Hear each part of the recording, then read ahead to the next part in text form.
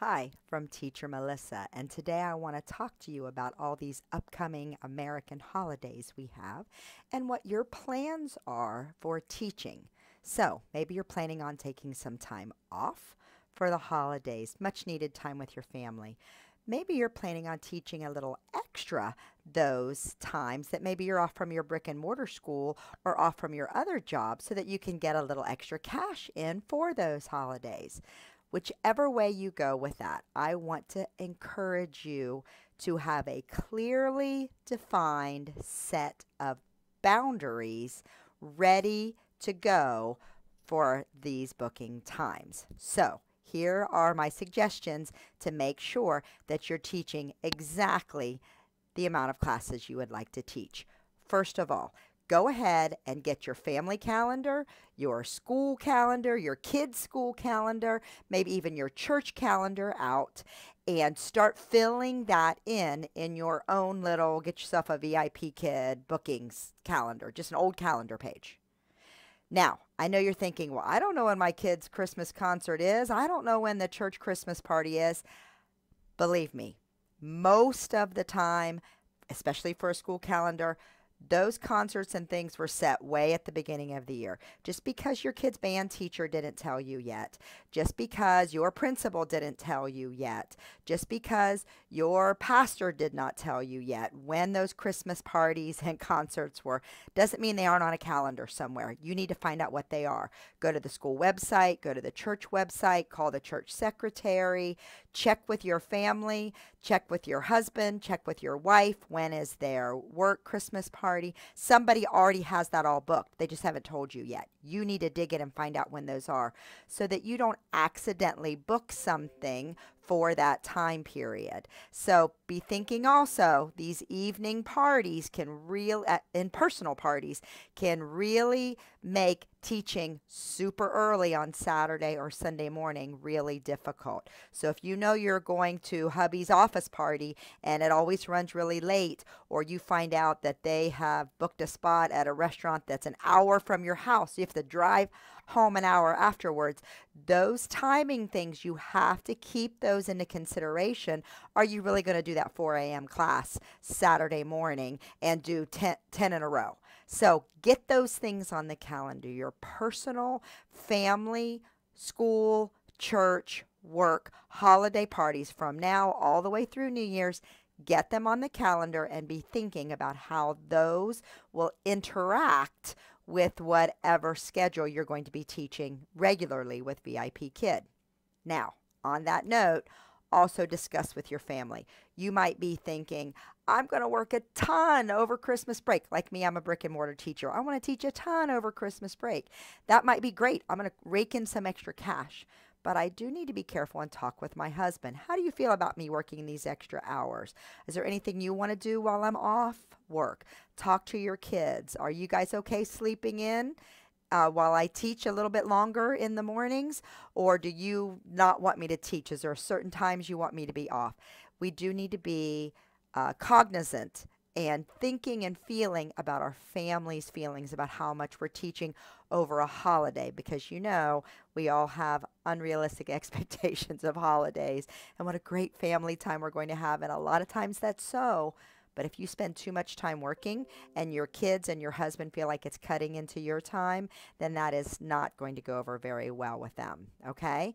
Now, also, you've got this calendar. You're not going to work certain days. You need to keep it prominently posted in your VIP Kid classroom. And you cannot accept a priority request unless you are looking right at that. Okay? Now, what I did is I made that a prominent paper and took a picture of it on my phone. So I've always got it in my phone. So if I'm out somewhere, I'm at a brick and mortar school, and I'm on my lunch break, and I can check that if I get a priority request come through. And do not accept a priority request without that right in front of you, because you're thinking, gee, I always teach Johnny at 7 a.m. or 4 a.m. on Saturday mornings. Of course I'll accept that. And you forgot you've got a super late party the night before.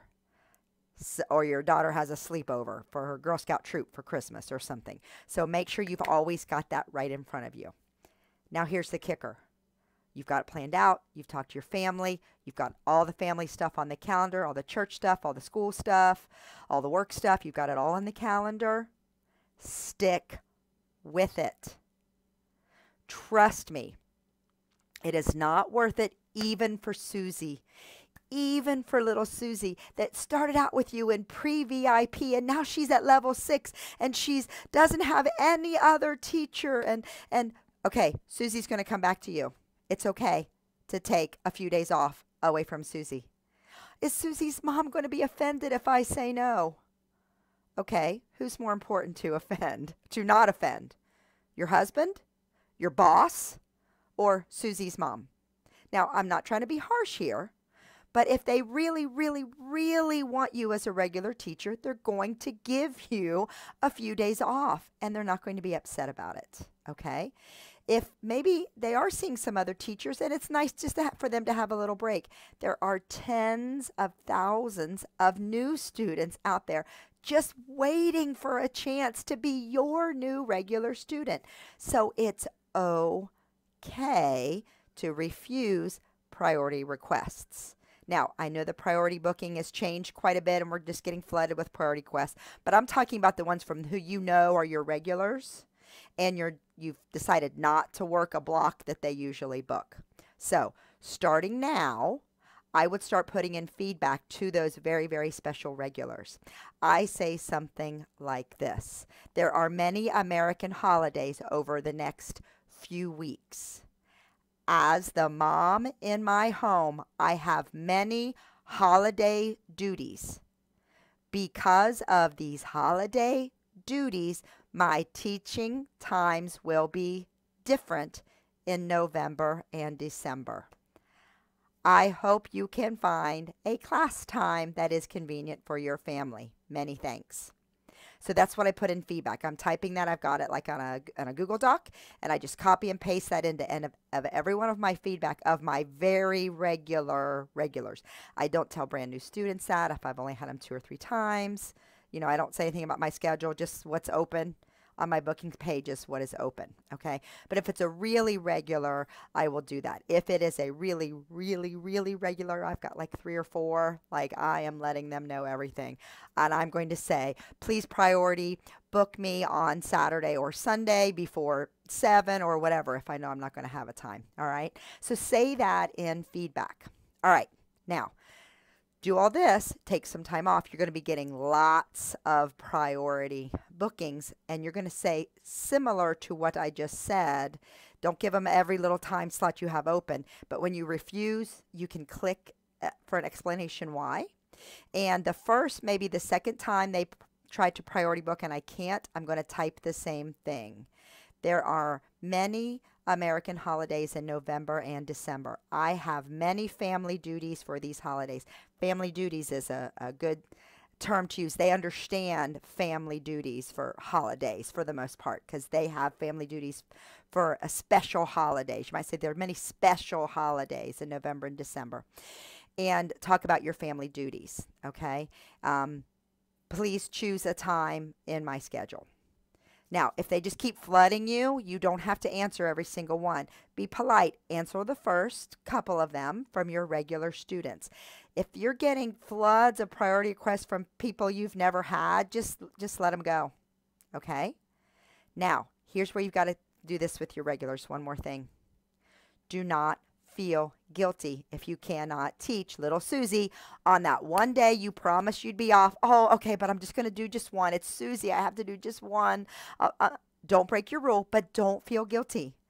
Your business is not open at that time. Susie requested. She knocked on your business door. Susie's mom did. Can you open just for me this one time? And you opened the door and you said, I'm sorry, but my business is closed right now. Can you come back tomorrow when my business is open? And then you shut the door. If Susie's mom requests 3 more times, you are not going to go. Every time Susie's mom knocks on the door, you're not going to open the door. Sorry, we're closed.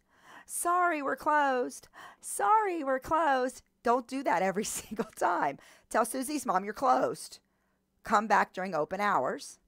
Smile big. Thank you. Many thanks for choosing my business. Thank you for choosing me as Susie's teacher. but you do not have to answer every single time, and you should not feel guilty. Do not feel guilty. Do not worry if Mom will be offended. Do not worry if Susie will ever come back. You're simply closed for that day. Do you not go back to Starbucks if they're closed? Well, are they ever closed? I don't know. Anyway, you don't boycott a business for the rest of your life because you thought they might be open and you knocked on the door, had a close sign, and you knocked and knocked and nobody came to the door. You don't never go back. It's a business. This is your business. Treat your customers well. Treat them with respect.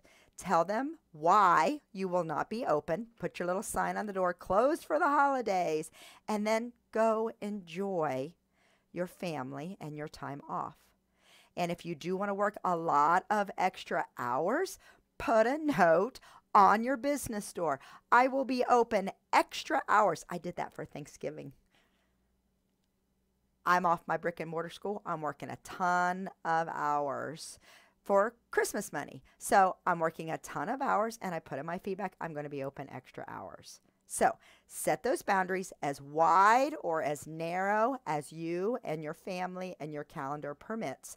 And then once you set it, stick to it and do not feel guilty.